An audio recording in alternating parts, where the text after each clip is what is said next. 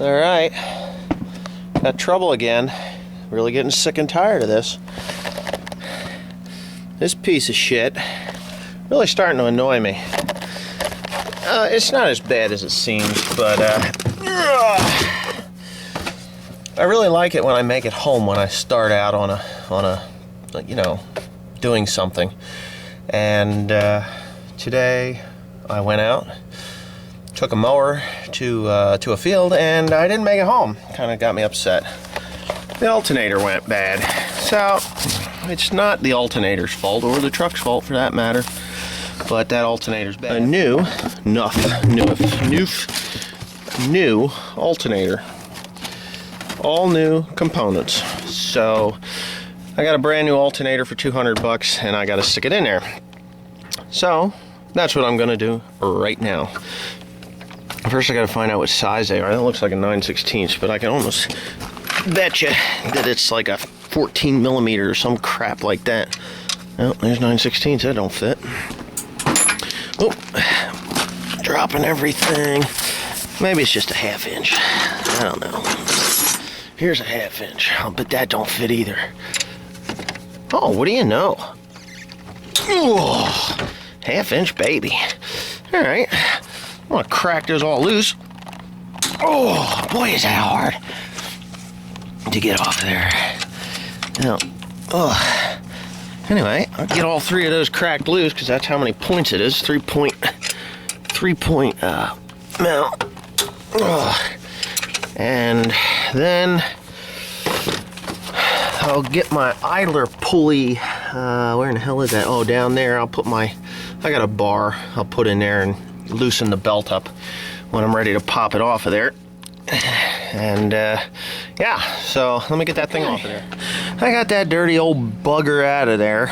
It's just, I don't know. I called up my buddy that got it for me.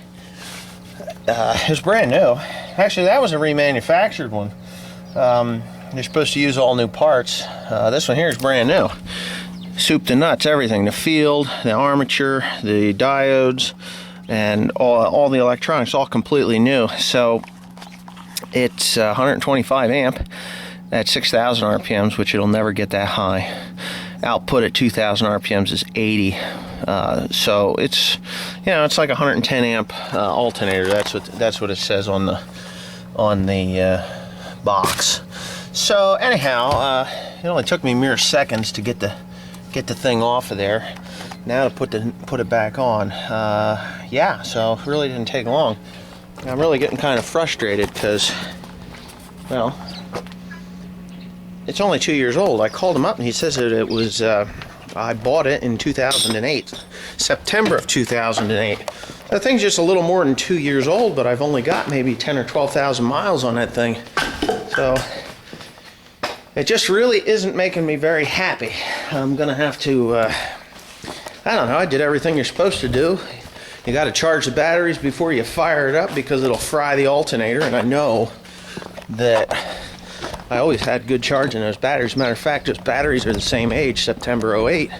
I replaced them before I replaced the alternator, or at least the same identical time that I replaced the alternator. Now, that incredibly loud snap that you heard when I broke the bolts loose, they're steel bolts, and steel bolts on aluminum housing, they fight one another. So I'm putting never sees down in there, because what will happen eventually is the steel is going to corrode the aluminum to the point where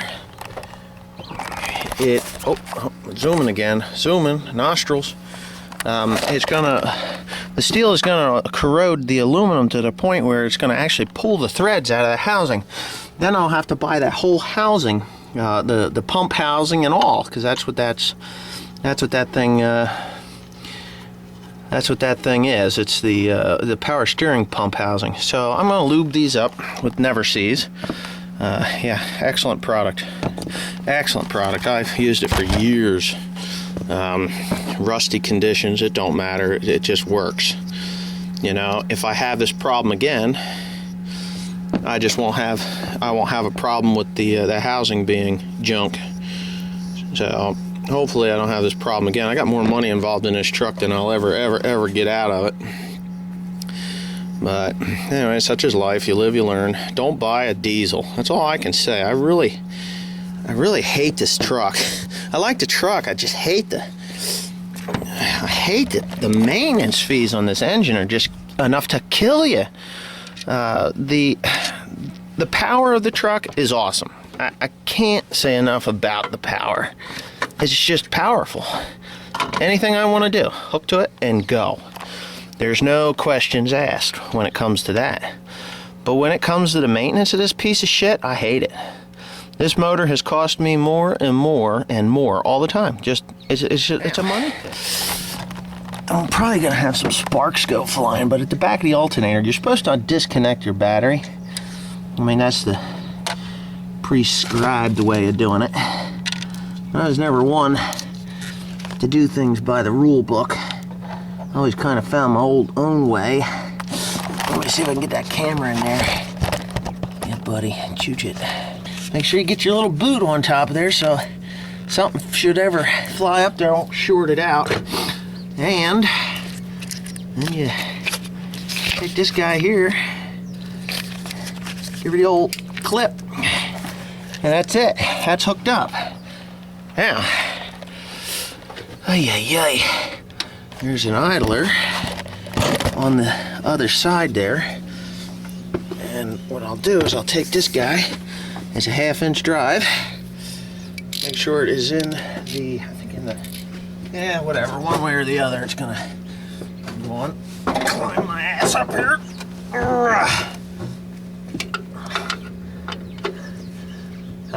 Yeah. Just kind of wang that thing up on there. Make sure all the ribs are good. Set her on. Check the pump. Check the idler, make sure that's on. Check the air conditioner compressor, make sure that's right. Yeah, there it is. That's it. That's simple. Make sure it's on the pulley down in the bottom.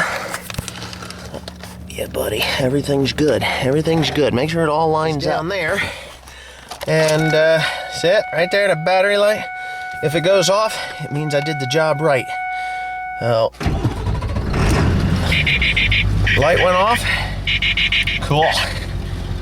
Somebody's calling me. All right. There she is, cranking away. Everything seems to be working. Oh, who knows. Anyway, thanks for watching.